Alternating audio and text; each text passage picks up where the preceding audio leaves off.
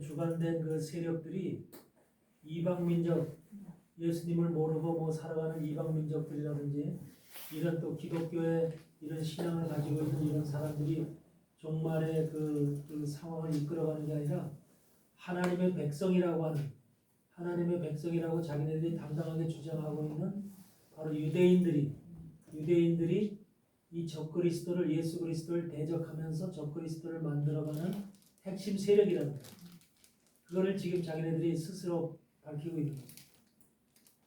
그러니까 지금 그게 이제 대부분 보면 이제 뭐 아시케나지 유대인도 있을 것이고 세파라디 유대인들도 있을 것이고 미스라임 유대인들도 있을 것이고 유대인들에게 가장 이제 세 가지 파가 있는데 세 가지 파가 이제 어떤 지역에서 주로 발생한 유대인이냐에 따라서 불려지는 이름이 다른 거예요.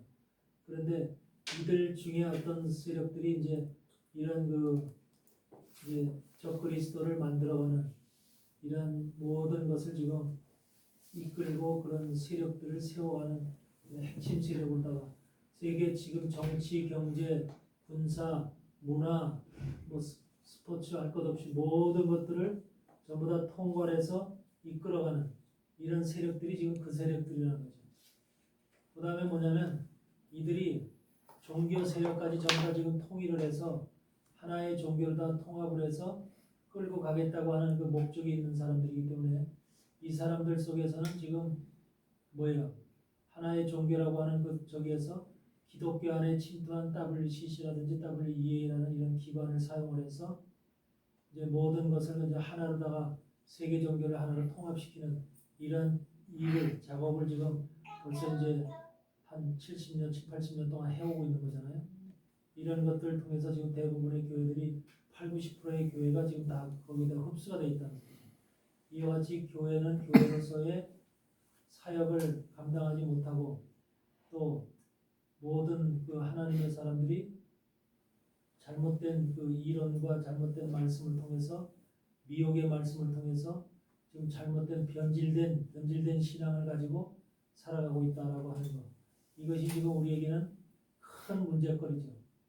이런 것들을 우리는 좀 깊이 이제 지금 우리가 살아가고 있는 시대의 이런 그 현상들이 결국은 유대인들에 의해서 만들어지고 있고 유대인들에 의해서 진행되고 있고 계획되고 있다는 것. 이것을 여러분들은 이해하셔야 됩니다. 유대인들을 무조건적으로 받들고 유대인들을 환영하고 이러는 거 아니에요. 예. 그 안에서 참된 유대인들 정말로 주님 앞으로 돌아온 유대인들을 우리가 환영하고 그들과 한 친구가 되고 동료가 되고 동역자들이 되고 할 수는 있지만 유대인들 속에는 한마디로 말하면 하나 예수님을 대적하는 그런 세력들이 지금 강력하게 역사 속에서도 그렇고 지금까지 작용하고 있기 때문에 이런 부분들을 우리가 경계해야 되는 겁니다. 그래서 이런 유대인들에 대한 그런 그 이미지라든지 이런 것들에 우리가 속아 넘어가서는 안 된다. 이것을 우리가 여러분들한테 말씀을 드리고 하나님의 방법은 이 성경을 통해서도 보면 항상 장자와 차자가 항상 싸움하더라. 장자와 차자가 싸움을 하고 그들 속에서 항상 이기고 하나님의 선택을 받는 자는 장자가 아니라 차자더라고. 이와 같은 하나님의 방법이 있어. 성경적 방법. 하나님께서 이 인도하는 그 방법이 있어. 이것을 우리는 생각하고 이것이 바로 뭐냐면 하나님은 육적인 장자, 육적인 사람을 쓰는 게 아니라 영적인 사람을 쓰고 영적인 자를 하나님이 그를 선택하고 그를 세우시고 그를 끝까지 하나님께서 한마디로 그를 향해서 그를 도와주면서 그와에게 은혜를 베푸는 이와 같은 것을 성경에 기록인 것을 여러분들도 아다시피 우리는 바로 그래서 영적인 하나님의 마음에 하나님의 뜻에 합한 자들은 육적인 사람들이 아니라 영적인 사람들이라는 것을 항상 기억해야 됩니다. 그래서 우리가 영적인 하나님의 사람들이 되어야 된다는 것이 얼마나 중요한 것인지 이것을 여러분들이 생각을 해야 됩니다. 세상 사람들이요 은혜를 얘기 많이 합니다. 은혜에 대해서 상당한 하여튼 교회를 나가는 사람들은 대부분 상당히 많이 은혜라는 말을 아주 그냥 평범하게 또 너무 많이 자연스럽게 아무렇지도 않은 듯이 은혜라는 말을 씁니다. 근데 은혜라는 것은 여러분들 잘 이해를 하셔야 돼요.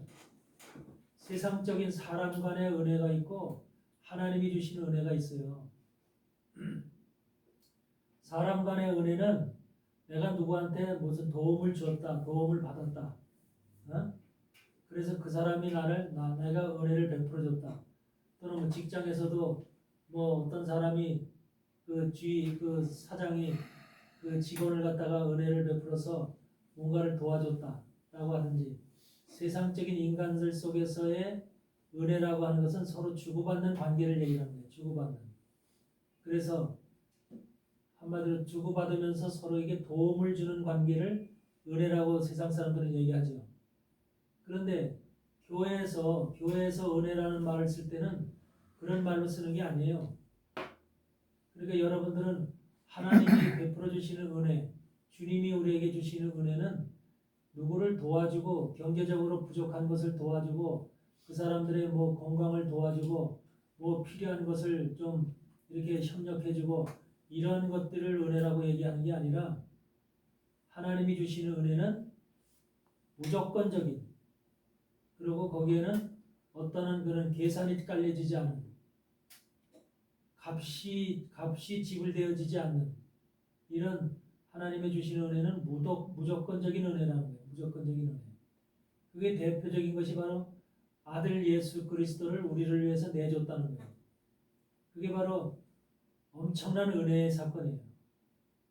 그러니까 죽을 수밖에 없고 영원한 지옥에 떨어질 수밖에 없는 우리를 인간들을 위해서 아들을 직접 우리 땅에 보내셔서 그 아들을 십자가에 못 박혀 죽으심으로 인해서 그 피를 우리에게 주셨다는 거예요. 그게 가장 큰 하나님이 우리에게 베풀어 주신 은혜예요. 사랑이면서 은혜인 거죠. 근데 하나님의 베풀어 주시는 은혜는 절대로 값이 계산되지 않고 또 값으로 지불되어지는 게 아니에요. 근데 우리가 하나님이 하나님이 우리에게 베풀어 주시는 은혜를 값을 지불해야 될 필요는 있어요. 그게 무슨 값인지 아세요? 여러분이 하나님이 베풀어 주신 은혜를 대해서 돈으로 갚겠어요? 뭘로 갚겠어요? 감사. 어? 뭘로 갚아야 돼요?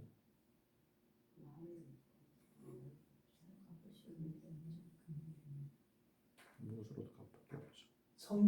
성경적으로 말씀하시는 거예요. 성경적으로.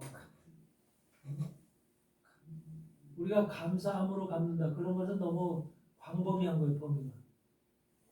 누구나 감사하지요. 그렇지만 감사라는 것으로 갚는 게 아니에요. 실질적으로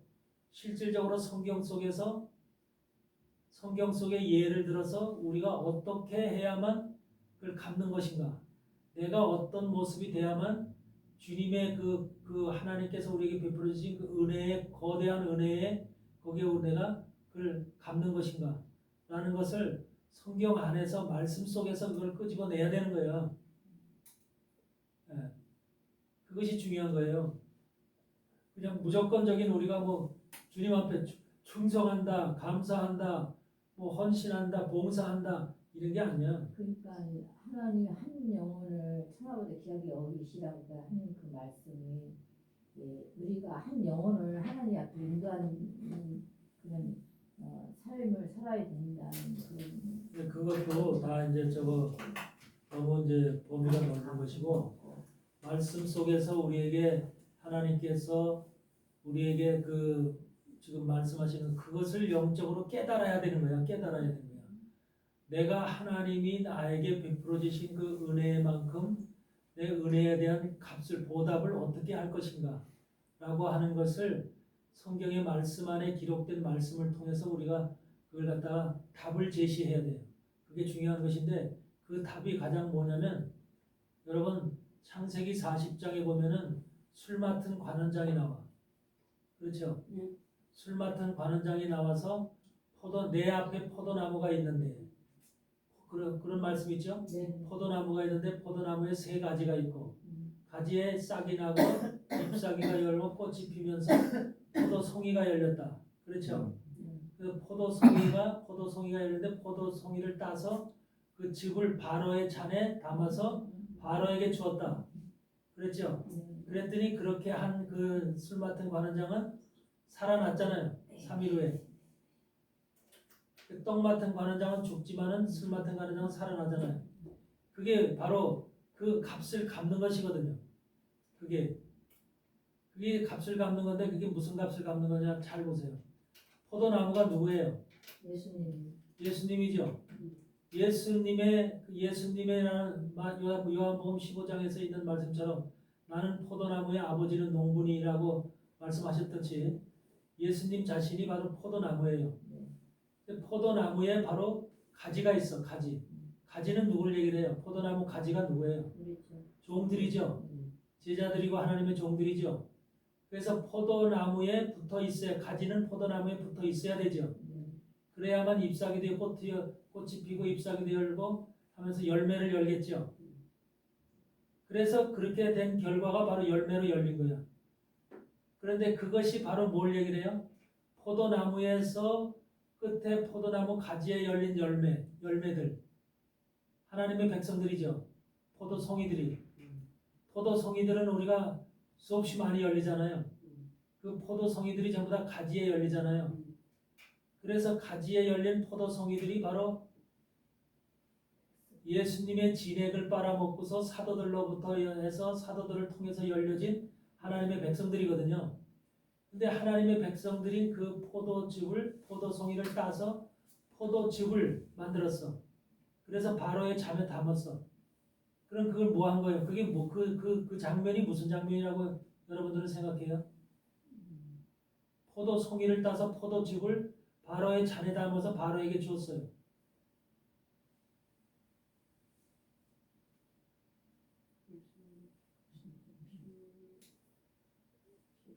그 말씀을 이해하려면 이제 뭐가 되냐면 그리스도 예수와 합하여 세례를 받은 자는 그게 바로 예수님의 죽음이죠. 예수님의 죽음에 나도 같이 죽었다라고 하는 것이 바로 우리 말씀 속에 복음 속에 있죠. 예수님이 죽을 때 십자가 지셨을 때 거기에 나도 같이 죽었으니 예? 이제 내 안에 내가 산 것이 아니라 그리스도 예수께서 내 안에 살고 있다. 갈라디아서에 그런 말씀이 있죠. 네. 그래 그리스도 예수와 합해서 바로 세례를 받은 자, 세례 거기서 얘기하는 세례는 뭐예요? 죽음을 얘기하는 거예요. 죽음.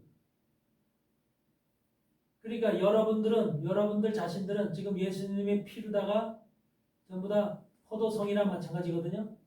가지에 달린 포도송이나 마찬가지인데 포도송이를 짜서 바로 포도즙을 만들었다는 것은 바로 뭘 얘기합니까? 피를 얘기하는 거예요. 피를. 여러분의 피를 지금 누구한테? 바로한테 줬다는 거예요. 예수님이 우리에게 흘려진 피값을 대신해서 여러분의 피를 갖다가 바로에게 값으로 지불한 거예요. 그러니까 이것은 뭐예요? 바로는 우리의 무엇을 쥐고 있었어요? 레위기 17장에 피에 뭐가 있느니? 피에 생명이 있나니. 그러니까 생명을 누가 쥐고 있었어 그동안? 바로가 쥐고 있었잖아요. 그러니까 바로가 쥐고 있던 생명을 예수님의 죽으심과 동시에 내가 예수님과 함께 죽었다는 세례를 받았다는 믿음이 있다면 동일하게 예수님의 십자가상에서 나도 죽었다라는 그런 믿음이 반드시 필요하거든요. 그 믿음이 있는 사람은 결과적으로 예수님이 피값을 우리에게 흘려주셨듯이 우리의 피를 우리의 생명값을 쥐고 있었던 바로에게 그 생명값을 갚는 거예요. 내 피로 갚음으로 인해서 우리의 생명값을 사망으로 끌고 갔던 것이 사단이거든요. 바로거든요. 그래 안 그래요? 근데 그것을 값을 내 피로 인해서 내 피로 그 바로 잔에 넣어서 그걸 갚았기 때문에 내가 이제는 사망이 끝난 거예요. 내 속에서. 그러니까 사망의 값을 피의 값으로 우리의 피의 값을 포도송이를 따서 즙으로 만들어서 주는 것은 사망의 값을 피로 지불하는 거예요. 사망의 값을. 사망의 값을 바로가 쥐고 있던 사망의 값을 그를 피로 여러분 피로다가 지불했기 때문에 여러분은 사망으로부터 어떻게 된 거예요? 해방된 거죠. 자유함을 얻은 거죠. 그것이 진정한 복음이에요. 그것이 깨달아지지 않는 사람은 그건 믿음이 아닌 거예요. 그것이 우리 안에 있어야 되는 거예요. 그러면 여러분들은 이미 예수님의 피로 십자가상에서 모든 지금 사망의 값을 지불했거든요. 바로한테 지불했어요. 사단한테 지불하고 이제는 사망의 권세를 사단이 쥐고 있는 것이 아니라 누가 쥐고 있어요? 사망의 열쇠를 누가 가져왔어요? 예수님이 뺏어왔지요. 십자가 지시고 돌아가심으로 인해서 그 피를 흘리심으로 인해서 피값으로다가 사망이라고 하는 값을 지불하고 대신 생명을 우리에게 주시기 위해서 주님이 오신 거라는 거예요. 이 말씀을 잘 이해하셔야 돼. 그러니까 예수님 죽을 때 주로 십자가에 돌아가실 때 나도 같이 죽었다라고 그걸 갖다 예수님의 십자가상에서 우리가 예수와 합하여 세례를 받았다라고 표현하는 거예요. 로마서 6장에 그 표현이 있잖아요. 로마서 6장에 예수와 합하여 세례를 받은 자는 그런 말이 있는데 그 세례를 받은 자는 바로 뭐냐면 죽은 자예요. 죽은 자. 세례를 받았다고 하는 것은 예수님이 죽을 때 예수님만 홀로 죽은 게 아니라 예수를 믿는 여러분 자신들 전부 다 예수 십자가에서 함께 죽었다는 거예요. 그럼 여러분들도 함께 죽었으면 여러분들 속에서 피가 나왔어요? 안 나왔어? 나왔죠. 그 나온 것을 갖다가 여러분이 바로의 잔에 넣어서 지금 바로한테 사단한테 갚는 거예요. 네가 여태까지 내 목숨을 지고 사망값을 지고 네가 항상 나를 갖다가 이끌어왔는데 그래서 우리를 결국 모든 인생들을 사망으로 끌고 갔는데 내가 이제 사망값 나 사망값을 이제 너한테 돌려준다 갚는다 의상값 갚는다라는 거예요. 그래서 사망값을 갚으니까 너 이제 너하고 나하고는 사망의 관계가 끝났다. 사단이 쥐고 있던 사망값을 우리가 지불해야만 사망으로부터 노예나는 거예요. 해방받는 거예요. 그것이 바로 그리스도 합하여 세례를 받은 자, 결과적으로 죽음을 받은 자가 얻은 축복이야. 그래서 예수님의 죽으심과 합하여 세례를 받은 자는 결과적으로 사망값을 바로에게 사단에게 지불한 사람들입니다. 그래서 그것을 표현하는 것이 술 맡은 관원장이 바로 포도송이를 따서 바로의 잔에 넣어서 그걸 바로에게 주는 거예요. 바로는 거기서 이 세상 왕인 사단을 의미하는 거예요. 죽으심과 더불어서 사망의 피값을 지불한 여러분들은 이제 더 이상 여러분에게 사망이 있어요, 없어요? 없죠? 뭐만 남았어? 부활만 남았죠. 부활. 주님이 이 땅에 오실 때 부활만 남은 거예요. 그 부활이 여러분 속에 지금 한마디로 우리가 가야 될 마지막 이루어야 될 하나님 주님의 재림시에 우리에게 나타날 완전한 그 이제 믿음의 결과로 우리에게 나타날 실질적인 것들이에요. 그래서 복음이라는 것은 예수님의 십자가의 죽으심과 부활이라는 두 사건이잖아요. 부활이라는 이 두 사건이 가장 핵심적인 거잖아요. 죽으심과 부활. 그래서 원래 이스라엘 백성들도 한번 보세요. 모세를 통해서 뭐를 건넜어요? 처음에 홍해를 건넜죠. 홍해를 건너는 이 사건을 뭐라고 얘기를 하고 있어요? 고린도전서 10장 2절에서 모세를 통해서 이스라엘 백성들이 구름과 바다에서 세례를 받고 그러잖아요. 구름과 바다에서 세례를 받았다. 그러면은 거기서 얘기하는 세례는 홍해를 건널 때 이스라엘 백성들이 받은 세례는 어떤 의미의 세례예요? 무슨 세례를 받았다는 거예요?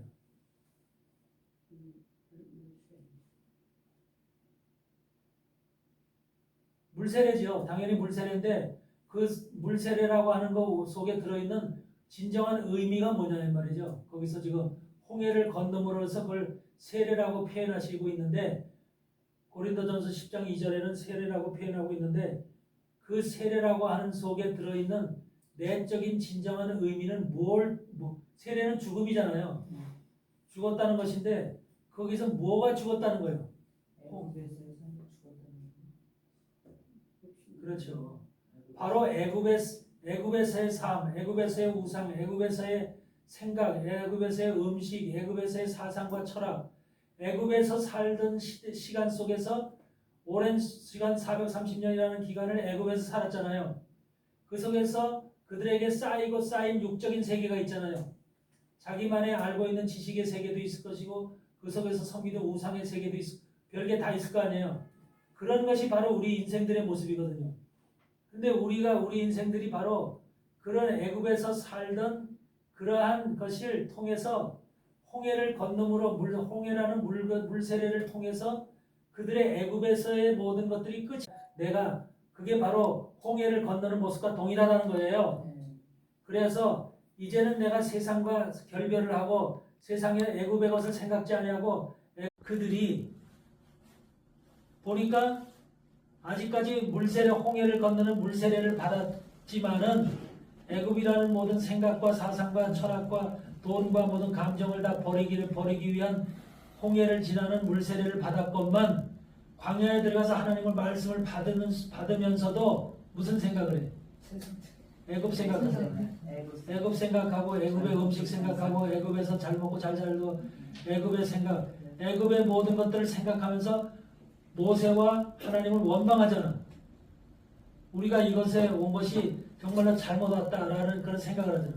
교회에 들어와서 세례를 받은 사람들도 교회에 들어와서 신앙생활하면서 이 교회가 하나님의 말씀이 떨어지는 곳이잖아요. 이 하나님의 말씀에 익숙지 않고 하나님의 말씀이 쏙쏙 들어오지 않고 하나님의 말씀이 내 말씀이 되지 않고 영적 말씀이 되지 않으니까 그들은 이 교회 안에 들어와 앉아 있으면서 말씀을 들으면서도 예전에 내가 살았던 세상을 그리워하고 있는 거예요. 세상을 그리워하면서 세상 것을 갖다가 탐내고 있고 다시 그 세상이 좋았었는데 그런 세상이 내가 가고 싶다 돌아가고 싶다 이게 바로 마음속에 갖고 있는 세례를 받은 교인들 속에 일어나는 현상들이라는 거죠. 다들 그렇잖아요. 그러니까 그런 이스라엘 백성들이 40년간 그렇게 광야에서 하나님 말씀을 받았는데도 불구하고 마지막 40년에 모압 땅 앞에서 가나안 땅 요단강 앞에 모압에서 모여서 거기서 뭐라 그래요? 모압 여인들과 미디안 여인들이 거기다 잔치를 우상의 잔치를 벌여놨을 때 거기서 같이 춤추고 간음을 벌이고 그러잖아. 24,000명이 죽는 사건이 벌어지잖아. 이와 같은 현상들이 이와 같은 40년의 말씀을 들은 이스라엘 백성들인데도 광야에서 거기는 하나님이 만나를 내려주시고 메추라기를 내려주시면서 하나님의 방법으로 살았고 하나님이 위해서 말씀을 내려주는 거기 말씀밖에 없잖아. 허허벌판에 뭐가 있어 광야에. 근데 말씀밖에 없기 때문에 그런 말씀을 받은 그들인데도 불구하고 딴짓을 하더라고.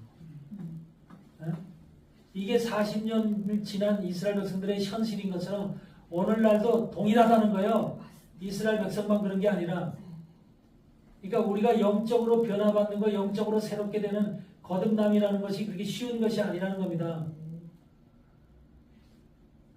이것을 우리는 분명히 알아야 됩니다. 그래서 여기서 우리가 은혜라고 하는 것을 생각할 때 첫 번째는 뭐냐면 예수 그리스도와 합하여서 세례를 받았다. 예수 그리스도와 합해서 세례를 받았다는 그런 믿음이 속에 확실한 믿음이 있어야 돼. 그게 바로 하나님은 그런 자에게 은혜를 베푸시는 거야. 예수 그리스도와 합해서 세례를 받았다는 것은 결과적으로 뭐냐면 예수 그리스도가 십자가에 죽으실 때 피 흘려 죽으실 때 나도 함께 죽었다라고 하는 그 믿음이야. 그 믿음. 그래서 그 믿음을 바로 우리가 믿음 안에 있을 때 그러니까 은혜 받는 은혜 아무렇게나 은혜 그 사용하지 말라는 거예요. 하나님이 말씀하시는 은혜는 하나님이 내려주시는 은혜는 은혜를 받을 수 있는 자 하나님으로부터 은혜를 받을 수 있는 자가 어떤 자인가를 지금 말씀을 드리는 겁니다. 우리는 그냥 교회에서 누가 목사님이 설교하고 뭐 부강사가 설교하고 아이고 내려오면 아유 목사님 은혜 받았습니다.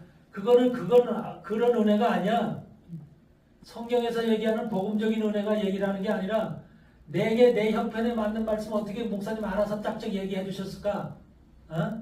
내 남편과의 지금 갈등이 있는데 그 갈등을 어떻게 저렇게 잘 얘기를 해줬을까? 고부간에 자식 간에 문제가 있는데 이런 가정의 문제, 나의 사업의 문제, 뭐 진로의 문제, 뭐 여러 가지 우리 살면서 가정 속에서 가지고 있는 모든 문제들을 가지고 목사님이 그런 설교를 했을 때 그것이 내 입장에 내 환경에 딱 맞기 때문에 아이고 은혜 받았습니다 이렇게 얘기하는 거라 이 말이야.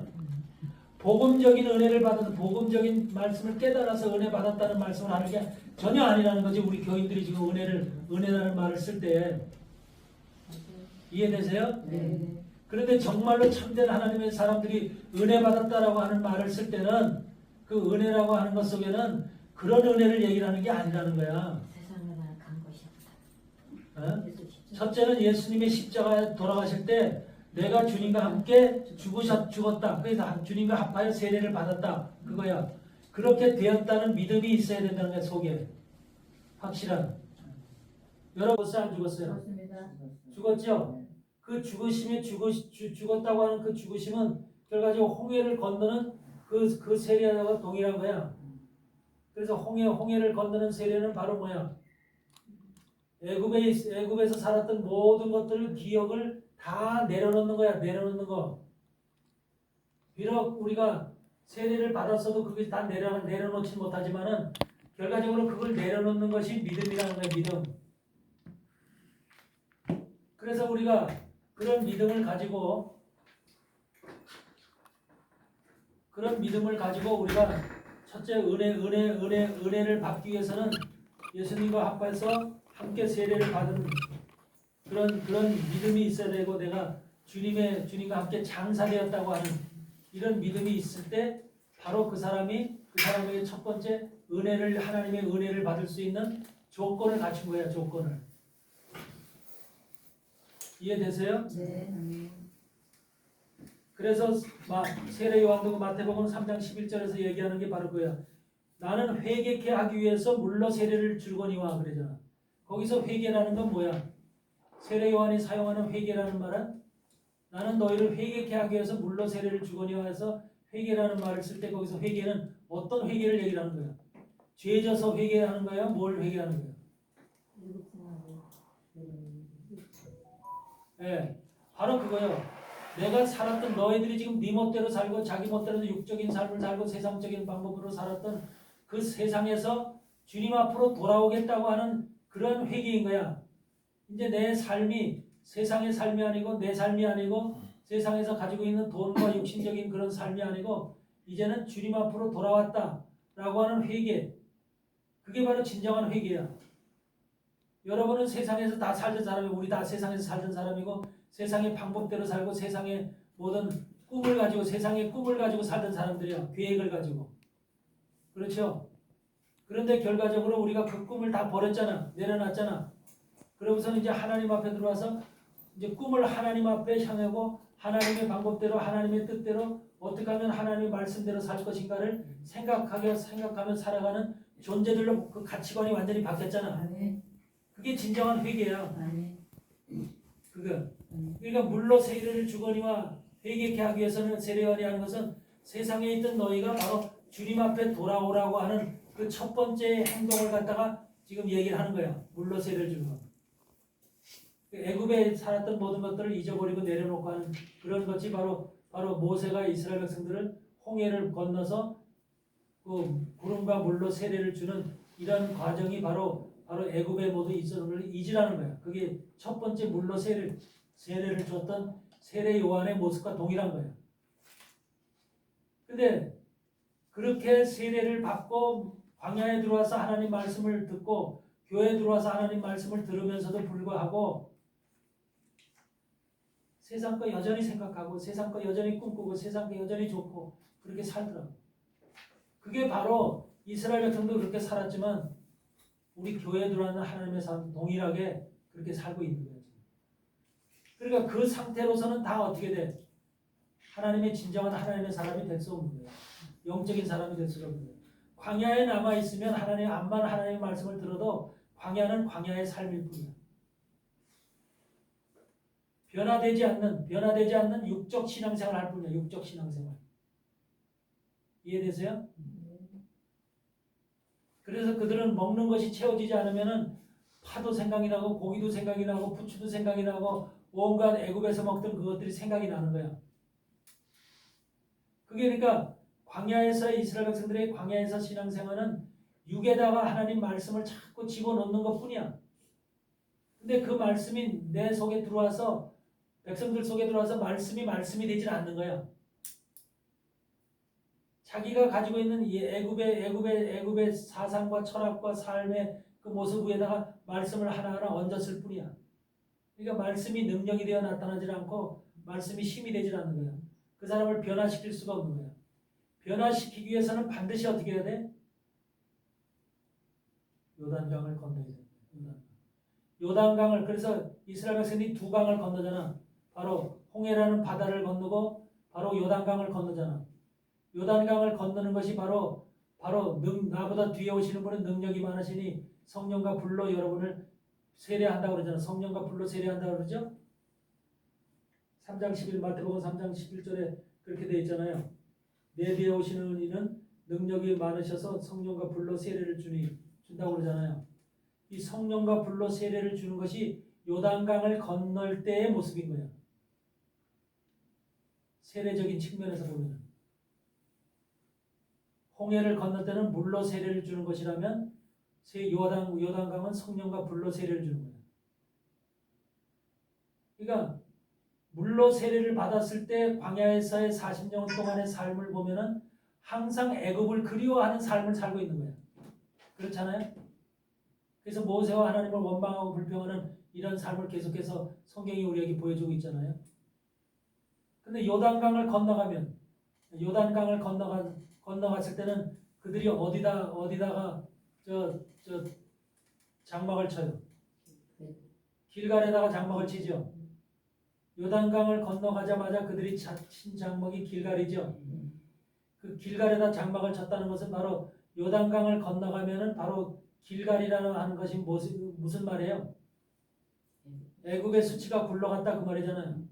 이제는 애굽에서 광야에서는 애굽의 것을 생각나고 애굽의 음식이 생각나고 애굽에서 살던 그때 추억들이 생각나고 했었는데 이제 요단강을 건너가서는 이제는 애굽에서 생각했던 애굽의 음식과 애굽의 모든 것들이 다 굴러갔다는 소리야. 다 굴러갔다. 그게 영적 생활이야. 바로 영적 생활. 그러니까 요단강을 건너가지 않으면 영적 생활이 시작이 안 되는 거야. 요단강을 건너지 않으면. 그래서 길갈에다 장막을 친 거야. 거기서 애굽의 수치가 굴러갔다는 것은 결과적으로 애굽을 생각하고 애굽에서 살았던 모든 추억의 모든 것들이 다 이제는 사라졌다는 거지. 사라졌다. 그래서 더 이상은 이제 애굽의 것과는 관계없는 인생이 바뀌어버린 거예요. 여러분들이 요단강을 건넌 신앙을 지금 하고 있다면 여러분이 요단강을 건넌 신앙을 하고 있다면 길갈에다 장막을 친 신앙을 하고 있다면 여러분들은 세상적인 것이 전혀 생각이 나지 않아야 돼. 세상적인 그리움과 추억이 없어야 돼. 왜? 그것이 다 굴러가야 돼. 요단강이라는 강이 원래 죽음의 강이잖아요. 요단강이 모든 것이 내 육체적인 생각과 사고와 철학과 사상과 감정까지도 전부 다 요단강에서 다 죽어서 흘러내려보내는 것이야. 흘러내려보내는 것이. 그것이 요단강이야. 그 요단강을 지날 때 내 속에 있는 모든 감정들, 애굽 속에 있었던 모든 의식들, 감정, 이런 사상, 철학까지 돈, 물질까지 할 것들이 전부 다 굴러갔다는 소리야. 그러고서 길갈에다가 장막을 딱 치는 거예요. 이제 길갈이 바로 그들의 건너간 사람들의 바로 믿음의 현주소가 길갈인 거예요. 그러면 여러분들은 지금 전부 다 길갈에 장막을 친 사람들이 돼야 되잖아요. 다 쳤어요? 전혀 이제 애굽 거는 생각 안 나죠? 네, 안 나요. 많이. 다 주님 건데. 다 주님 거냐 아니라 주님 거 그렇게 생각하면 안 돼. 다 주님 거는 주님 거지만 주님 것도 애굽 것도 주님 거야 다. 그렇죠. 애굽 것도 주님 거고. 애굽의 그 사람들 주님이 허락지 아니하면 아무것도 못 하잖아요. 그러니까 그래서 애굽 것을 자꾸 생각하고 애굽 걸 끄집어 들여야 된다는 소리야? 아니죠. 아니 그건 아니지. 우리가 분별을 잘 해야죠 그건. 그러니까 완전하게 요단강을 건넌 신앙이라면 완전하게 요단강을 건널 때 뭘 보고 건넜어요? 제사장이 딱 요단강 가운데 딱 서 있잖아. 벌 말씀의 법궤를 두고. 그러니까 그 요단강을 지금 지킨 것이 요단강을 건너갈 수 있도록 한 것이 바로 뭐예요? 여러분이 요단강을 건너가게끔 할 수 있었던 그 근본이 뭐냐고. 제사장들이 지고 있는 말씀의 법궤거든요. 이 언약궤가 거기에 서 있지 않았으면 언약궤에 들은 제사장이 요단강에 발을 담갔을 때 바로 물이 딱 끊어져 버리죠. 그래서 그것을 지나가게 백성들이 마른 땅으로 지나갈 수 있도록 그렇게 지금 말씀을 기록하고 있잖아요. 그래서 그런 말씀을 보고 지나간 거예요. 말씀 때문에 여러분들이 이제 말씀 때문에 말씀을 통해서 무슨 세상으로 요단을 건넌 가나안 땅의 길갈이라는 곳으로 도착한 거예요. 그것이 바로 영적 생활의 시작이에요. 그 영적 생활은 말씀으로 시작하는 거예요. 말씀으로. 말씀을 통해서 말씀과 함께 그게 바로 가나안 땅을 건넌 길갈의 장막을 친 이스라엘 백성들을 향해서 보여주시는 하나님의 지금 사인이라는 거예요. 그게. 그래서 이 가나안 땅을 가나안 땅을 향해서 이제 들어갔을 때 바로 이들은 바로 그와 같이 두 가지의 그 세례를 통해서 물로 세례를 받는 홍해를 건너는 그 세례와 또 요단강을 건너서 가나안 땅으로 들어가는 그 세례를 성령과 불로 세례를 받았다. 이렇게 그 세례는 바로 예수님이 하시는 거예요. 예수님이. 그래서 그들이 바로 거기서 가나안 땅을 걸어서 길갈에 장막을 친 다음에 했던 행사가 뭐예요? 가장 먼저 이스라엘 백성들이 길갈에다 장막을 치고 처음으로 했던 행사가 무슨 행사예요? 6월절 행사잖아요. 6월절 행사를 했고 그 다음에 할례를 행했죠. 6월절과 할례라는 행사를 했다고요. 그래서 6월절이라는 것은 바로 가나안 땅에 가서 예수 그리스도의 십자가, 예수 그리스도가 십자가에서 죽으심이잖아요. 피 흘려 너희들을 위해서 죽으시고 너희를 구원하기 위해서 죽으시는 예수 그리스도의 지금 본질에 대해서 지금 거기서 지금 행사를 한 거 아니에요. 6월절이라는. 그러니까 영적 생활의 핵심이 뭐부터 출발한다는 거예요? 6월절이라는 예수 그리스도의 죽음에서부터 출발한다는 거죠. 그러니까 이 죽음이 바로 세례인 거예요. 세례.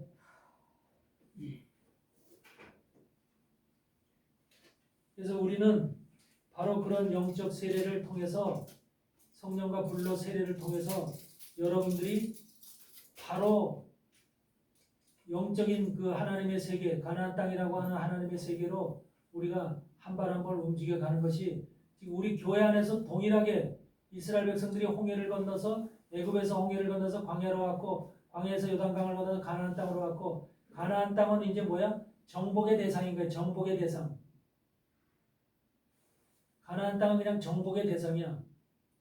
근데 그것을 갖다 예수 그리스도라는 6월절 행사를 지난 예수 그리스도의 복음을 가지고 예수 그리스도의 십자가의 죽으심이 기본이 돼가지고 그게 말씀의 힘이 돼가지고 능력이 돼가지고서 가나안 땅을 하나하나 점령해 나가는 거예요. 그래서 이 가나안 땅을 완전히 점령을 했을 때 바로 가나안 땅의 중심에 뭐가 있어? 예루살렘이라는 거룩한 성이 있는 거예요. 이 거룩한 성으로 들어가는 것이 바로 마지막 우리의 천년왕국으로 들어가는 삶의 모습인 거예요. 그러니까 구약 성경에 이 여호수아에 기록되어 있는 모든 점령의 사건들은 결과적으로 예루살렘을 마지막에 예루살렘을 정복할 때까지 삶인 거야. 근데 예루살렘이라고 하는 그 지역을 정복할 때 누구 때 정복을 해요? 여호수아가 정복 못하죠. 여호수아가 정복 못하죠. 다윗 왕 때래야 정복이 되죠. 그것도 다윗 왕의 마지막 다윗 왕의 그 시대가 끝나갈 때쯤 정복하죠. 그만큼 예루살렘이라는 것이 쉽게 정복되어지는 것이 아니라는 거예요. 여러분 속에 예루살렘은 바로 뭐예요? 여러분의 심령이 바로 예루살렘이에요. 여러분의 심령이 여러분의 가슴 속에 있는 성전이 있는 심령이 바로 예루살렘이에요. 여러분 안에서. 여러분 육체가 가나안 땅이라면 그 가나안 땅이 지금 하나하나 정복되어 가는 거예요. 정복되어 가서 결과적으로 여러분 심장에 있는 하나님의 성전이 세워져 있는 그 심장을 정복하는 거예요. 그래서 그 땅이 바로 여부스가 다스리고 있는 여부스 땅이야. 그 여부스라고 하는 말과 예루살렘이라고 하는 말은 똑같은 장소를 두고 하는 두 가지 다른 말이잖아요. 그렇죠? 근데 여부스라고 하는 말은 무슨 말이에요?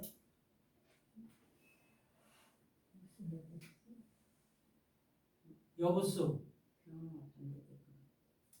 그러니까 지금 이스라엘의 예루살렘이 있잖아. 예루살렘이 핵심이고 중심이잖아. 거기에 하나님의 성전이 세워져 있는 거잖아. 지금 여러분에도 예루살렘이 있어. 영적 예루살렘이. 그 영적 예루살렘은 여러분 바로 가슴속에 있는 여러분의 성전이 세워져 있는 이 심령이야, 심령. 거기가 예루살렘이야. 근데 그 예루살렘이 되기 전에 예루살렘이라는 이름이 붙여지기 전에 이름은 여부스라는 이름이야. 그 땅이 여부스 쪽이 주인이었던 땅이야. 그 땅이. 근데 여부스 땅은 무슨 땅을 여부스라고 하는 그 말 자체는 무슨 땅 무슨 의미를 가리키고 있는 땅이에요.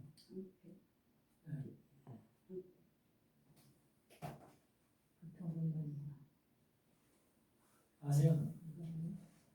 황폐한 땅을 얘기해요. 황폐한 땅. 그거는 내 마음 불만 있으면 화폐할 수밖에 없잖아. 심정이 이 황폐한 것이 황폐한 땅이야. 그러니까 이 여부스 땅은 그 예루살렘이 원래는 황폐한 땅이야. 그러니까 예수 그리스도를 통해서 정복되지 않으면 그 땅이 정복돼서 예루살렘으로 바뀌어지지 않으면 거룩한 성 예루살렘으로 변화되지 않으면 그 인생은 황폐한 여부스 땅을 그대로 가지고 있는 그 인생은 멸망받을 수밖에 없고 저주받을 수밖에 없는 그런 인생이 된다는 소리예요.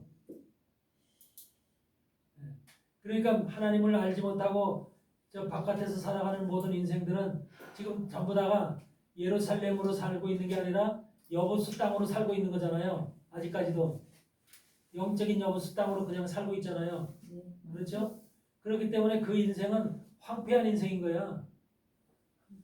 황폐한 인생이고 멸망받을 인생이고 죽어야 될 인생이고 영원히 저주받아야 될 인생이 바로 믿지 않아 예수 그리스도로 그 땅이 점령되지 않으면 내가 점령되지 않으면 바로 그런 사람으로 살다가 죽는 거예요. 결과적으로.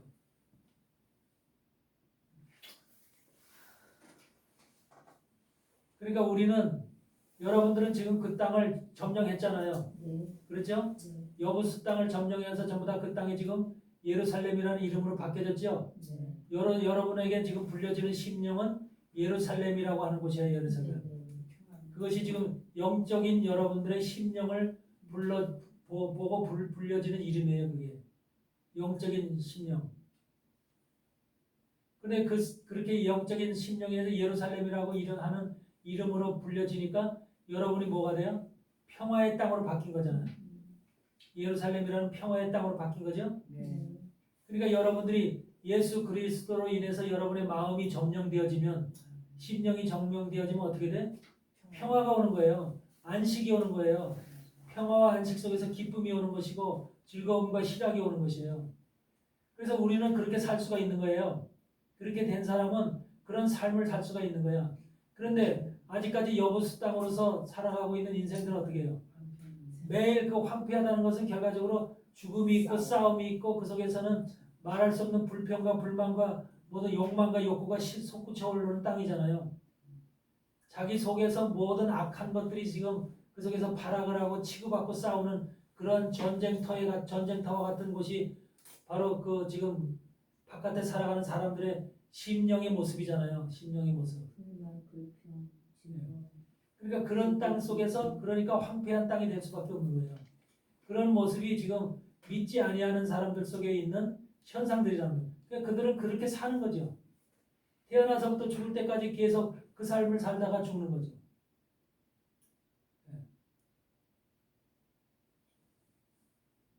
그러니까 예수 그리스도로 인해서 여러분이 말씀을 통해서 여러분이 점령되어지고 이 심장이 점령되어진 사람, 이런 사람들은 기쁨과 평화와 안식과 이런 가운데 우리가 살아가는 것입니다. 그러니까 여러분들 마음을 볼 때 여러분들 마음속에 근심이 있고 걱정이 있고 고통이 있고 마음속에 막 그냥 악한 것들이 막 있고 이렇다면 이 사람은 아직 점령이 안 된 거예요. 점령이 안 된 거예요. 그건 본인만 알 수 있어. 본인만. 그래서 이런 모습들을 우리가 생각을 하고 여러분들이 반드시 그러니까 우리는 첫째 예수 그리스도의 죽으심과 합하여 세례를 받아야 될 필요가 있는 것이고 이 세례 속에는 무슨 세례가 있어? 물 세례가 있고 성령과 불 세례가 있다. 그것을 예표로 들면은 바로 그 홍해를 건너는 사건이 이스라엘 백성들에게 물 세례였었고 요단강을 건너는 사건이 성령과 불로 세례를 받아서 영원한 그 가나안 땅으로 들어가서 정복을 하는 그 과정이 바로 성령과 불로 세례를 받지 않으면 정복이 안 된다는 거예요. 정복이. 예. 여기서 성령과 물로 세례를 받는다고 했을 때 성령과 물이라고 하는 것은 바로 뭐예요? 물이 거기서 얘기하는 물은 말씀을 얘기를 하잖아요. 성령과 말씀으로 바로 가나안 땅을 정복해 들어가야 된다는 소리예요. 그게 바로 성령과 물로 세례를 받는 그 모습으로 지금 세례 요한은 그렇게 지금 마태복음 3장 11절에서 얘기하고 있는 거죠. 그래서 이렇게 우리가 예수님과 합해서 죽은 사람은 연합한 사람은 바로 두 가지의 세례를 받은 사람이다. 두 가지의 세례. 아셨어요? 그럼 믿음으로 여러분의 그 세례를 내가 지금 믿음으로 그걸 갖고 있어야 돼요. 교회를 다니는 게 믿음이 아니에요. 교회 왔다리 갔다리 다닌다고 해서 그게 믿음이라고 생각하면 안 돼요.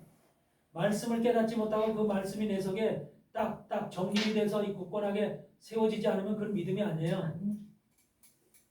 그러니까 세상에 많은 지금 교회들이 많은 여태까지 역사 속 2000년의 역사 속에서 기독교 역사가 우리 안에 믿음이라는 것이 확실히 세워지지 못하게 했다고요. 말씀 속에서 신학 속에서. 그래서 그냥 모든 것을 두리뭉실하게만 가르쳐 왔다는 거야. 두리뭉실하게. 교회를 열심히 다니는 것이 믿음으로 가르쳐 왔고 교회에서 열심으로 헌신, 봉사, 충성하는 것이 바로 믿음으로 가르쳐 왔고 외형적으로는 믿음인 것 같이 보이지만 그건 믿음이 아니야. 진짜 믿음은 예수 그리스도의 십자가에서 나와 같이 지금 죽었다. 장사됐다. 근데 그 세례는 바로 물로 세례가 있고 물로 장사가 되는 물로 세례가 있고 그 다음에는 성령과 불로 세례를 받는 이 두 가지 세례를 반드시 우리가 통과해야 된다. 이랬을 때 우리가 완전히 예수님의 죽으심에 대한 이해를 하는 거예요. 깨닫는 거예요. 그걸 믿음으로다가 우리 안에 굳건히 세울 필요가 있다는 거죠. 그 다음에 주님의 부활에 연합한 자가 돼야 돼. 부활에 연합한 자. 죽으심에 연합한 자가 될 뿐만 아니라 첫째, 두 번째는 주님의 부활에 연합한 자가 돼야 돼. 주님의 부활에 연합했다는 것은 결과적으로 피의 값을 갚았다는 거예요. 피의 값을. 사망의 값을 사단한테 갚았다. 아까 우리가 창세기 40장에서 술 맡은 관원장의 포도즙을 따서 바로의 잔에 넣어서 바로에게 주었다 그랬죠. 이것이 피값을 갚는 모습이거든요. 피값을 갚는 모습을 피값을 갚았다는 것은 이제 뭐야? 사망에서 생명으로 바뀌었다는 거예요. 동시에 죄의 몸에서 의의 몸으로 바뀌었다는 거에서 죄의 몸에서 의의 몸으로 바뀌었다는 거예요. 그 다음에 동시에 옛사람이 죽고 새사람이 되었다는 거예요. 옛사람이 죽고 새사람이 되었다. 이렇게 우리가 바뀌는 걸 얘기를 하는 거예요. 부활이라고 하는 것 속에 담겨져 있는 부활이라고 하는 주님의 부활에 연합한 자가 돼야 되는데 주님의 부활에 연합한 자가 되기 위해서는 그런 내 속에 그 안에 담겨져 있는 내용이 바로 죄의 몸에서 벗어났다. 죄의 종에서 벗어났다. 그리고 사망의 세력으로부터 생명으로 옮겨졌다. 사망의 세력으로부터 생명으로 옮겨졌다. 더 이상 사망의 세력이 여러분을 만지고 여러분을 주장할 수 있는 힘이 없다는 거죠. 사망의 세력이. 여러분 혹시라도 믿음 속에서 믿음을 해오면서 그런 생각을 하고 믿음을 생활을 해왔었어요? 사단이라는 사망이 더 이상 나에게는 작용을 못해. 더 이상 나는 사망으로부터 모든 것이 끝나고 이제는 나는 부활밖에 없어. 이런 굳건한 믿음이 여러분 속에서 항상 딱 자리 잡고 있었어요? 없죠. 아멘. 그냥 부활 아니요. 주의 십자가 죽으신 부활 이거는 머릿속에서 그냥 매일매일 알고 있는데 이와 같이 구체적인 내용을 알고 그래서 죄의 몸에서 해방이 돼서 의의 몸으로 바뀌었다. 네. 죄의 종에서 의의 종으로 바뀌었다. 네. 어? 사망에서 생명으로 바뀌었다. 어? 옛사람이 죽어서 새 사람이 되었다. 이런 것들이 전부 다 여러분 속에 그 내용의 부활이라고 하는 것을 통해서 여러분한테 얻어진 결과인데 그런 것들을 여러분들이 믿음이라는 것으로 붙잡고 있었냐 그 말이에요. 붙잡기 바래요. 그렇게 우리가 믿음이라는 게 단순한 게 아니야. 그냥 교회를 다니고 하나님을 믿고 예수 그리스도를 믿고 말씀을 듣는다고 해서 믿음이라고 생각하면 안 되고 구체적인 것이 그래서 내가 주님의 부활에 연합한 자가 됐으니까 나는 이제 사망에서 생명으로 옮겨진 자가 됐구나. 내가 사망에서 나는 그러니까 내 생명을 사단이 이제 좌지우지할 수가 없구나. 내 생명은 오직 주님의 손에만 달려 있구나. 이러면서 생명으로 옮겨진 자. 그리고 내가 여태까지 죄의 모습으로 살았는데 죄의 종으로만 살았는데 이제는 내가 죄의 종이 끝나고 의의 종 그리스도라고 하는 의의 종으로 내가 옮겨서 의의 종으로 살고 있구나. 그렇게 있고 또 그다음에 옛사람이 죽어서 옛 생각을 하고 옛 추억을 그리면서 이렇게 살았는데 이제는 뭐야? 새 사람이 되어서 이제 하나님 앞에 새로운 사람으로 태어나서 그 삶을 살아가고 있구나. 그것을 이제 우리는 거듭났다 이렇게 얘기를 하잖아. 이런 삶을 살아가. 이 구체적인 내용들이 여러분의 부활이라고 하는 내용 속에 함유되고 포함되어 있어서 그것을 여러분들이 마음속에 기억을 하고 있어야 돼. 그게 굳건하게 믿음이라고 하는 것 속에 딱 세워져 있어야 되는 거야. 이해되세요? 그런 것이 없이 그냥 예수님의 십자가에 죽으신가 부활 십자가에 죽으신가 부활했으니까 내 죄가 깨끗이 나 구원받을 수 있어. 나는 이제 구원받는 백성이야. 단순하게만 알면 안 되는 거야. 그러면은 믿음이 세워지지 않고 굳건해지질 않는 거야. 그 속에 구체적인 내용들, 부활이라는 것은 구체적인 내용, 예수 그리스도의 십자가의 죽으심에 대한 구체적인 내용, 내가 그 속에서 어떻게 내가 지금 예수님의 죽으심에 대한 나의 모습을 지금 어떻게 그것이 진행되고 있는가, 영적으로 그것이 진행되고 있는가라고 하는 것들을 부활이라고 하는 것 속에서 이런 것이 우리가 제대로 이해가 되고 깨달아졌을 때 완전한 나의 믿음이 집이 딱 세워지는 거예요. 믿음의 집이. 그랬을 때 굳건 흔들리지 않는 믿음이 되는 거예요. 흔들리지 않는. 그래서 그렇게 부활의 연합장자가 되면은 결과적으로 하나님이 그런 사람을 뭐라 그래? 의롭다 여기신다는 거예요. 의롭다. 하나님이 그를 의롭다 여기신다는 거예요.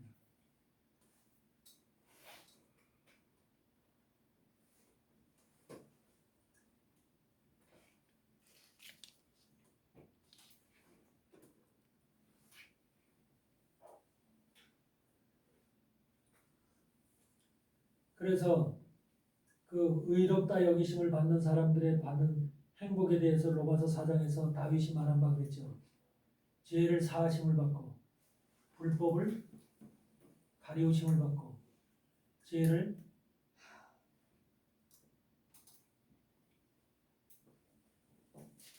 여러분에게 바로 이 부활이라고 하는 것을 통해서 여러분에게 주어지는 어마어마한 그 축복이 있거든. 아멘. 어마어마한 축복이 있는데 바로 이 부활과 연관된 축복이야 이게. 아멘. 그래서 이 축복을 여러분들이 전부 다 소유를 해야 됩니다. 아멘.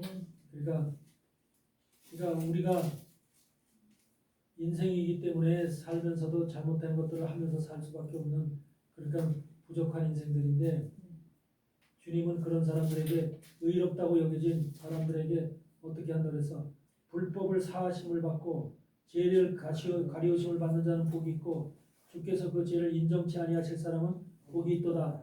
그러니까 이게 얼마나 주님이 우리에게 큰 축복을 주신 거예요. 근데 부활이라는 것에 대한 진정한 의미를 깨닫지 못하는 사람은 하나님으로부터 의롭다는 칭을 들을 수 없어. 하나님은 칭호, 의롭다. 바로 의롭다고 하는 그 칭호를 얻으려면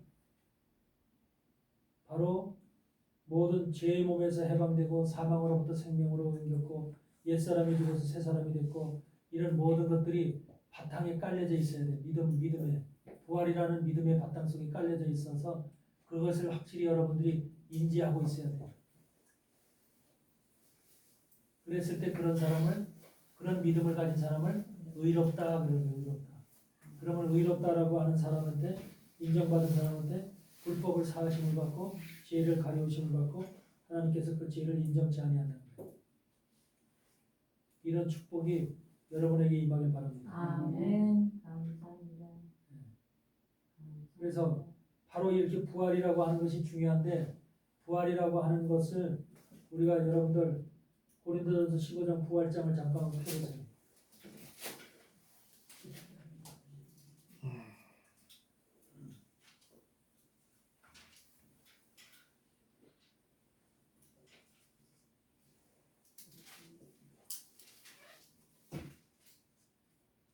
고린도전서 15장 부활 15장 12절로부터 잠깐 봉독하겠습니다. 12절 그리스도께서 죽은 자 가운데서 다시 살아나셨다 전파되었거늘 너희 중에서 어떤 이들은 어찌하여 죽은 자 가운데서 부활이 없다 하느냐 만일 죽은 자의 부활이 없으면 그리스도도 다시 살지 못하였으리라. 그리스도께서 만일 다시 살지 못하였으면 우리의 전파하는 것도 헛것이요 또 너희의 믿음도 헛것. 그러니까 부활의 신앙을 확실히 이것을 내 마음속에 믿음으로 확실하게 갖고 있지 않으면 헛것이하다. 믿음이 헛것이 된다는 거예요. 그래서 너의 믿음도 헛것이요 우리가 하나님의 거짓 증인으로 발견되리니 우리가 하나님이 그리스도를 다시 살리셨다고 증거하였습니다. 만일 죽은 자가 다시 사는 것이 없으면 하나님이 그리스도를 다시 살리시지 아니하셨으리라. 만일 죽은 자가 다시 사는 것이 없으면 그리스도도 다시 사신 것이 없으더여 그리스도께서 다시 사신 것이 없으면 너희의 믿음도 헛되고 너희가 여전히 죄 가운데 있을 것이며 또한 그리스도 안에서 잠자는 자도 망하였으리니. 예? 그러니까 부활이라는 신앙이 그만큼 한마디로 기독교 신앙 속에서는 가장 강력한 한마디로 말하면 그리스도의 믿음은 다른 종교는 부활의 종교가 없잖아. 그렇지만 기독교는 유일하게 부활을 강력하게 믿는 종교예요. 예수님이 부활하셨듯이 그러니까 예수님의 부활과 동시에 예수님의 부활과 함께 예수님의 부활에 함께 세례를 받은 자는 죽으심의 세례를 받았고 부활의 세례를 받은 자는 동일하게 우리가 완전한 주님과 같은 부활이 될 것을 믿는 거예요. 그러니까 여러분들이 지금 이제 앞으로 여러분들 속에는 뭐만 기다리죠? 여러분들이 이제 기다리고 고대하면서 기다리는 게 뭐예요, 여러분들? 예수님 오시는 거예요. 부활인 거예요, 부활. 부활의 신앙을 좀 그러니까 우리가 나도 주님처럼 부활될 수 있다, 죽을 수 있는 몸인데 부활될 수 있다고 하는 확실한 믿음에 확신이 가지고 있어야 되는 거예요. 그래서 그게 먼저라는 거예요, 부활 신앙을 붙잡는 것이. 근데 그 부활 신앙은 바로 예수님 재림과 동시에 이루어지는 거야. 그러니까 재림을 갖다 믿지 않는 사람은 주의 재림을 믿지 않는 사람은 결과적으로 뭐야? 부활도 없다는 거야. 부활 신앙도 없다는 거야.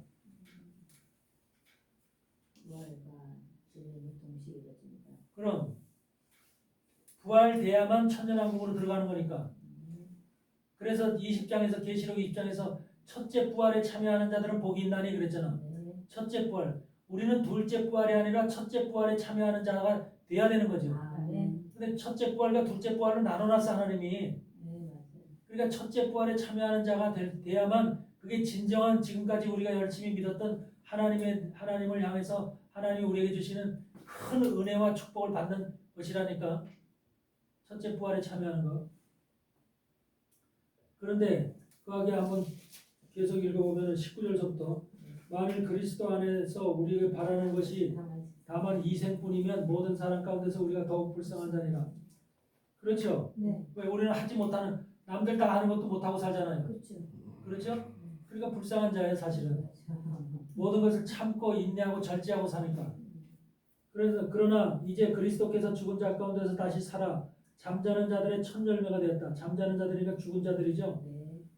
주님께서는 그리스도 안에서 죽은 자들을 죽었다고 얘기를 안 하고 잠잔다고 얘기를 하죠. 왜? 다시 살아날 것이기 때문에. 그래서 잠자는 자들의 첫 열매가 되셨다. 사망이 사람으로 말미암았으나 쓰니 죽은 자의 부활도 사람으로 말미암는다. 아담 안에서 모든 사람이 죽은 것 같이 아담 때문에 아담이 범죄함으로 인해서 모든 사람이 사단한테 모든 것이 생명권을 뺏긴 거거든요. 그래서 아담 안에서 모든 사람이 죽은 것 같이 그리스도 안에서 모든 사람이 삶을 얻으리라. 그리스도 안에서 모든 사람이 삶을 얻어요. 그래서 모두가 부활을 얻어요. 이제는 결국은. 그런데 그 부활이 생명의 부활이냐 사망의 부활이냐가 달라지는 거예요. 모든 자, 이 땅에 태어났던 모든 인생들은 전부 다 부활을 입어요. 부활을 입는데 생명의 부활로 영원한 축복에 들어가는 자들이 있고 사망의 부활로 영원한 불못에 들어가는 자들이 있고 이렇게 나눠지는 거예요. 그래서 모든 사람이 삶을 얻으리라. 그러나 각각 자기 차례대로 이거 이제 중요한 거죠. 23절이 아주 중요한 거예요. 각각 자기 차례대로 부활된다는 거예요. 먼저는 첫 열매인 그리스도요. 그리스도께 이미 부활했죠. 부활했으니까 그 다음엔 뭐예요? 다음에는 그리스도 강림하실 때 그에게 붙은 자가 부활한다는 거예요. 그리스도 강림하실 때 그에게 붙은 자가 누구예요? 네? 그리스도 강림하실 때 그에게 붙은 자. 죽음의 자염을 가진 자, 예수의 죽음을 가진 자, 예수의 부활을 가진 자, 네가 죽은 자. 이 사람들이 바로 이제 계시록에서 얘기하는 바로 증인들이에요. 증인들. 증인들이면서 예수 그리스도의 신부들이야. 신부 아내들.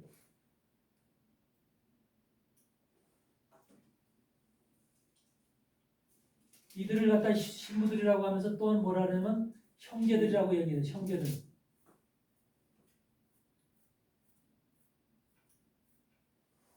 그래서 부활도 차례대로 된다는 거. 그러면 여기서 지금 그리스도 강림하실 때 그에게 붙은 자요라고 하는 이 여기 붙은 자들이 바로 첫째 부활에 참여하는 자들이에요. 첫째 부활에.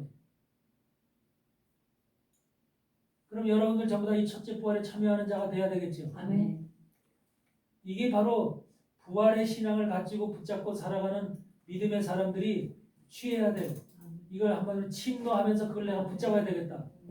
이것 속에서도 하나님 나는 첫째 부활에 들어가길 원합니다. 첫째 부활의 자가 사람이 돼서 첫째 부활의 하나님의 사람이 되길 원합니다. 이렇게 강력하게 여러분 속에는 기도가 필요한 거예요. 그냥 있으면 되어지는 게 첫째 부활이 아니야. 그거는 첫째 부활에 들어가는 것은 침노함으로 빼앗는 자리야. 침노함으로. 이 자리는 마음껏 수만 가지의 그 사람들이 들어올 수 있는 자리가 아니라 일정한 제한된 자리야. 제한된 자리. 제한된 자리이기 때문에 이 자리에 들어가기 위해서는 수많은 믿음의 사람들이 거기를 서로 그 자리에 들어가려고 침노하고 서로 싸우는 거예요. 영적 싸움을 하는 거예요. 그래서 영적 싸움에서 그걸 차지한 사람이 거기에 그 자리에 들어가는 거예요. 그러니까 이 자리를 바로 이 자리에 들어가는 것이 지금 여러분들의 목적이 돼야 되는 거죠. 이게 중요한 거예요. 그러니까 그냥 신앙생활을 교회만 왔다리 갔다리 했다고 해서 그게 신앙이 되는 게 아니야. 여러분들은 천년이라는 시간 속에서 첫째 부활에 참여해서 주님이 다른 데도 아니고 이 땅에서 천년이라는 시간을 여러분과 함께 이 땅을 다스리면서 통치한다고 하는 이 세상 속에서 주님이 다스리는 그 세상 속에서 들어가서 있고 싶지 않아요? 그게 바로 우리의 꿈이잖아요. 네? 이 세상이 끝나고 나서 천년왕국이 끝나고 나서 백보자 심판 때 부활하는 사람들이 바로 그 다음이야. 그 다음 백보자 심판 때. 그래서 거기서 그러는 거죠. 바로 다음에는 그리스도 강림하실 때 그에게 붙은 자요. 그 후에는 그러죠. 그 후에는 그러잖아. 그 후에는 나중이니 그러잖아. 나중이니. 저 개정 성경에는 나중이라는 말로 돼 있진 않죠. 마지막이니 아마 이렇게 돼 있죠. 마지막이니. 이게 잘못된 거예요. 마지막이라고 하는 이 말은 바로 뭐냐면 이 세상의 종말 때를 얘기를 하는 거예요. 종말 때. 이 세상의 종말 때하고 백보자 심판 나중이라고 하는 말은 백보자 심판 때를 얘기하는 거거든요. 그 백보자 심판 때하고 다른 거예요. 의미가. 네. 그래서 그 후에는 나중이니라고 하는 이 말이 맞는 거예요. 그 후에는 나중이니 이건 100,000년의 시간이 끝난 이후에 나중을 얘기하는 거예요. 그래 그때가 비로소 뭐냐 모든 정사와 모든 권세와 능력을 멸하시고 나라를 아버지 하나님께 바칠 때라. 여기에서 여러분 천년왕국이 끝났을 때도 사단의 세력이 살아있어요 안 살아있어요? 천년왕국이 끝났을 때 무저경에 천년 동안 갇혀있던 사단이 나와서 곡과 마곡을 미혹하잖아요. 그런 시간이 천년 후에 일어나요, 이 땅에서. 그러므로 해서 하나님이 하늘에서 불이 내려와서 곡과 마곡을 그대로 그냥 다 멸해버리죠. 이렇고 나서 이런 과정이 있고 난 다음에 백보자 심판이 있는 거예요. 백보자 심판. 예. 그리고 백보자 심판 때에는 모든 여태 이 지구상에서 태어났던 모든 인생들이 아담 이후로 모든 인생들이 다 부활되는 거예요. 땅에서 바다에서 하늘에서 전부 다 부활되는 거예요. 부활돼서 거기서 진정한 이제 심판이 이루어지는 거예요. 그래서 그들이 생명의 부활로 가는 사람이 있고 영원한 사망의 부활로 가는 사람이 있고 거기서 나눠지는 거예요. 이게 나중이야. 나중에 이루어지는 거예요. 이때 비로소 이때 끝나면서 뭐가 돼? 사단이 완전히 불못에 들어가는 거예요. 거기에는 거짓 선지자와 짐승과 거짓 선지자 불못에 있는데 거기에 같이 사단은 바로 사망의 세력을 지었던 자잖아. 그 세력이 바로 그 속에 들어가는 거예요. 그래서 그걸 둘째 사망, 불못에 들어가는 사망을 둘째 사망이라고 얘기를 하는 거죠. 그래서 이것이 바로 지금 부활을 통해서 앞으로 이루어질 그런 사건들이기 때문에 이 부활의 신앙을 반드시 여러분들은 붙잡아야 됩니다. 그냥 교회를 다니면서도 이런 정확한 십자가에서 죽었다는 의미가 무슨 의미인가? 주님이 부활했다고 하는 의미가 어떤 의미인가? 그건 내게는 지금 어떻게 적용이 되고 있는가? 이런 것들을 확실히 알고 깨닫고 그러면서 신앙생활을 해야지 그냥 대충 하는 게 아니에요. 그 다음에 뭐냐면 세 번째는 은혜를 입기 하나님으로부터 은혜를 입기 위해서는 첫 번째 은혜를 입기 위해서는 그리스도 예수 앞에서 세례를 받은 자. 두 번째는 주님의 부활에 주님의 부활에 연합된 자. 이런 두 사실이 필요하고 그 다음에 세 번째는 하나님께 자기 자신을 드린 자. 하나님께 자기 자신을 드린 자를 얘기해요. 이걸 뭐냐면 로마서 12장 1, 2절에서 보면 뭐라고 되어 있냐면 너희 몸을 하나님이 기뻐하시는 거룩한 산제사로 드리라. 그런 말이 있죠. 너희 몸을 하나님이 기뻐하시는 거룩한 산제사로 드리라. 그러니까 우리는 살아있는 제물로 하나님 앞에 드려져야 되는 거예요. 살아있는 제물이라는 것은 우리가 비록 살아있지만 우리가 하나님 앞에 드려진 제물이라는 거예요. 그러니까 그것은 바로 그런 제사가 바로 영적 예배라는 거죠. 영적 예배. 너희 몸을 하나님이 기뻐하시는 거룩한 산제사로 드려. 이것이 바로 하나님께 드려지는 영적 예배라 그러잖아. 영적 예배를 드리는 사람이 되어야 돼요. 영적 예배를. 육적 예배가 아니라 영적 예배를 드리는 이런 사람이 되는 거예요. 그래서 이런 것을 하나님께 자신을 드리는 자라는 거예요. 다시 말해서 뭐냐면 요한복음 4장 23절 24절에서는 신령과 진정으로 예배드리는 자들을 찾으시느니 바로 이때라. 하나님은 그런 자들을 찾으시느니라 그러죠. 바로 신령과 진정으로 예배드리는 자. 그러니까 우리가 하나님 앞에 나가서 예배를 드리되 바로 이와 같이 자기를 산 제사로 하나님 앞에 드릴 수 있는 또 신령과 진정으로 예배를 드리는 자들은 결과적으로 자기 자신을 하나님 앞에 봉헌한 자들이에요. 봉헌한 자들. 헤렘이라고 그러죠. 헤렘. 구약 성경에서 여호수아 6장에서 주님을 여리고 성을 무너뜨리면서 여리고 성 안에 있는 모든 것들을 전부 다 뭐라고 그래요? 밭이라고 그러죠. 밭이라고 하는 것이 헤렘이죠. 바로 그 밭이라고 하는 것은 헤렘은 죽음을 얘기하잖아요. 죽음. 한마디로 말하면 여리고 성이라고 하는 것에서 나온 모든 것은 여리고 성 속에서 나온 모든 것, 여리고 성 안에 있는 좋은 것, 비싼 것, 값비싼 것, 모든 것들은 또 뭐 값이 싼 거든지 좋은 거든지 할 것 없이 모든 것은 전부 다 어떻게 하나? 하나님 앞에 다 바쳐라. 일단 한마디로 말하면 죽은 거라는 거죠. 그러면 그것은 영적으로 하면 무슨 말이에요? 여러분 속에 가장 중요한 것이 여리고 성이에요. 여러분 속에 영적 전쟁을 하기 위해서 가장 먼저 하나님이 무너뜨리기 원하는 성이 바로 여리고 성인데 가나안 땅에서도 여리고 성이 가장 강력한 성이에요. 가장 큰 성이고 여러분에서도 강력한 성이 있어요. 여러분 속에 여러분이 지키려고 하고 여러분이 소유하려고 하고 하나님의 사람으로 영적 생활을 하면서도 잊어버리기 싫어하는 강력하게 내가 지키고 숨기려고 아간처럼 숨기려고 하는 그런 중요한 것들이 있어. 그런 것들이 여러분 안에 있다는 거예요. 가나안 땅이라고 하는 여러분 땅을 점령하기 위해서 예수 그리스도의 복음이 여러분 안에 들어왔는데 그 들어온 것 속에서 가장 먼저 여리고 성을 무너뜨려야 되는데 여리고 성 안에 가장 강력한 것이 여러분들한테 지금 여러분이 아유 하나님 이것만은 내가 이거 가지고 간직하고 싶어요. 이것만은 그냥 내가 가지고 있을게요. 이것만은 한마디로 하나님 내가 이걸 너무너무 좋아하거든요. 이런 것들이 있다니까. 그래서 여리고를 향기라고 그러잖아요. 향기. 여리고라는 말이 향기잖아. 그게 뭐예요? 육체 속에 있는 육체적 향기, 세상적 향기. 여러분 속에 각기 다 달라 향기는. 어떤 사람은 돈이 향기인 사람이 있어. 어떤 사람은 자식이 향기인 사람이 있어. 어떤 사람은 남편이 향기인 사람도 있을 수 있고, 어떤 사람은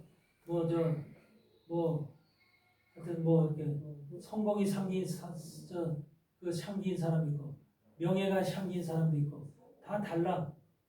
근데 그것을 못 내려놓는 거죠. 그걸 전부 다 하나님 앞에다 죽어서 바치라는 거잖아. 해내 말하는 거잖아. 그런데 우리 안에는 그런 걸 아간처럼 감추고 싶어하는, 그것만큼은 숨기고 싶어하는 그런 것이 있다는 거예요.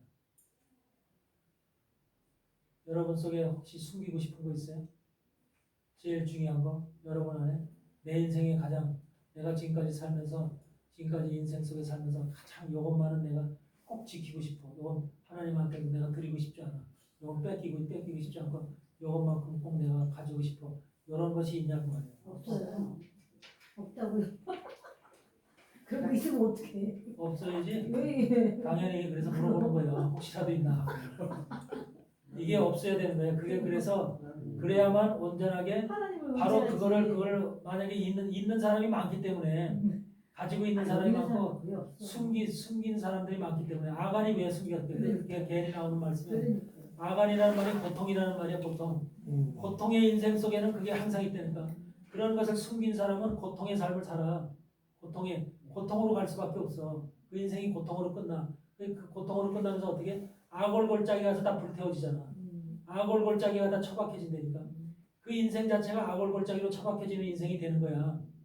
그걸 숨기게 되면 영적으로 우리 하나님 앞에 나가는 사람들이 만약에 요거는 나는 내 자식 요것만큼은 못 버려. 요 자식은 요거 내가 끝까지 내가 죽을 때까지 끼고 앉아 있어야 돼. 그렇게 그 자식을 만약 끼고 앉아 있다면 그 자식이 바로 자기의 향기가 되는 거야. 버리지 못하는 향기가 돼서 그 자식으로 인해서 그 인생이 망해지는 거야. 그건 주님밖에 없어. 여러분들한테는 전혀 그런 게 없길 바랍니다. 여러분들 한 가지 예로 이동훈 목사님 사건 알죠? 네. 지구촌교회. 네. 그 집이 지금 큰 아들이 정신병자 됐죠. 둘째 아들은 죽었잖아. 암으로. 42살. 42살밖에 되지 않은. 42살이면서도 뭐냐면 아마 검사 출신 변호사야. 다 미국에 다 유학했던 사람들이야. 그런 사람들이 첫째 아들은 그러면서 신학교를 공부해서 이제 목회자가 된 그런 과정을 겪고 이제 목회자로 정을 하려고 그렇게 준비 중이었던 사람들. 근데 이 아들이 머리가 확 정신병자가 됐네. 아들이 부인이 도망갔어. 첫째 아들은 부인이 도망가고 아들은 정신병자 되고 둘째 아들은 암으로 죽고 아들 둘이 다 그렇게 됐거든요. 이게 지금 이동원 목사가 지금 겪고 있는 이 실질적인 현상들이에요. 이런 것을 이게 바로 뭐냐면 내가 볼 때는 그 자식들을 키우기 위해서 얼마나 돈도 많이 들어갔고 정성을 많이 들였겠어. 그런 사람으로 만들었으니까. 한마디로 세상에서 훌륭한 인물을 만들기 위해서 그렇게 돈 투자하고 검사 변호사까지 했잖아. 그런 것을 할 정도면 얼마나 많은 정성을 들였겠냐고. 자식이 우상이 되는 거. 근데 그 자식을 전부 다 하나님 뺏어갔거든. 사단이 그 속에서 작업을 한 거지. 그래가지고서 이 양반이 지금 허당 이제 한마디로 모든 것이 다 지금 무너져 버린. 그 양반 고백이 나는 이렇게 수십 명을 해서 큰 교회를 이루고 많은 사람을 이렇게 했는데 내 결과는 이렇게 됐다. 이렇게 지금 이런 고백을 해. 그러면서도 뭐냐면 요배 고백처럼 그런 고백을 또 하더라고. 주신이도 하나님이요 가져가시니도 하나님이요. 근데 그게 진짜 그 말인지 속에서 성경 말씀을 그냥 인용하는 것인지 진짜 중심에 있는 말이 그런 모르겠지만 하여튼 그 말을 쓰더란 말이야. 응? 그러니까 이런 것을 우리가 원래 당연히 그런 큰 교회를 했고 그런 사역을 했으면 지구촌 교회가 많잖아. 지금 한국에 그런 교회를 했으면 원래 우리가 알고 있는 상식대로는 복을 받아야 되잖아. 복을 받아야 되고 자식도 잘 돼야 되고 다 잘 돼야 되잖아. 근데 왜 한순간에 둘이 다 그렇게 다 한마디로 그런 모양이 되냐. 근데 그것 중에서 또 목사님을 또 세우기 위함이 아닌가요? 이미 그 양반은 그렇게 될 정도면은 맛이 났어요. 완전히 마귀에게 완전히 들어갔어요. 잡힌 거죠. 마귀의 밥이 된 거죠. 그러면 그동안의 목회와 그동안의 삶이 내가 볼 때는 하나님 뜻이 아니었다. 하나님의 말씀 안에서 하나님의 거룩한 뜻 안에서 사역한 것이 아니고 한마디로 말하면 이렇게 자기 뜻대로 자기 의를 위해서 자기 목적을 위해서 한 것밖에 안 된다. 나는 결론을 그렇게 내. 그럴 수밖에 없는 것이 반드시 하나님은 하나님의 말씀대로 의롭게 살면은 복을 준다는 약속을 했어. 근데 복을 못 받는다 이 말이야. 복을 못 받는다. 한마디로 복이 아니라 이건 저주가 됐다 이 말이야. 이거는 엄청난 이건 잘못된 거야. 이것은 바로 지금 그런 불행이 그분 자신뿐만 아니라 그 가정에 온 지금 집안이 얼마나 그 한마디로 기가 막히겠어요. 부인을 왜 도망갔을까? 왜 들어 정신병자 남편하고 어떻게 살아? 근데 병원에 가서 일을 고칠 수 있는 못 고친다고 하는데 병원에서 그 정도로 이제 심각한 거예요. 한국에 그걸 보고 한국의 목회자들이 또 그런 사람들도 또 암이 있을 거 아니에요. 그렇게 사는 거. 그러면 뜨끔하겠네. 그래서 하나님께 자신을 드려야 되는 거야. 자신을 드려야 되지. 자기 생각을 가지고 자기 의의를 가지고 목회한다든지 하나님의 사역을 하면 안 되는 거야. 그러니까 우리는 여러분이나 나나 모든 것을 봉헌하고 하나님 앞에 헤렘이 봉헌이야. 하나님 앞에 완전히 드려지는 이런 삶을 살길 바라요. 이랬을 때 바로 우리의 모든 것들을 하나님 길을 인도하시고 하나님 빛을 비춰주시고 동행하시지 내 뜻대로 내 원대로 내 마음대로 내 지식대로 내가 배운 신학대로 이렇게 살아가면 하나님 함께 안 해요. 이런 모습들을 우리가 분명히 알고 영적 예배를 드리는 자는 거룩한 삶이다. 자기 너희 몸을 하나님이 기뻐하시는 거룩한 산 제사로 드리라고 하는 이 말을 우리가 명심하시기 바랍니다. 그래서 우리 자신을 하나님 앞에 온전히 드릴 수 있는 이런 믿음과 신앙 가운데 우리가 살아갈 수 있기를 주의 이름으로 축원드립니다. 아멘. 잠시 쉬겠습니다.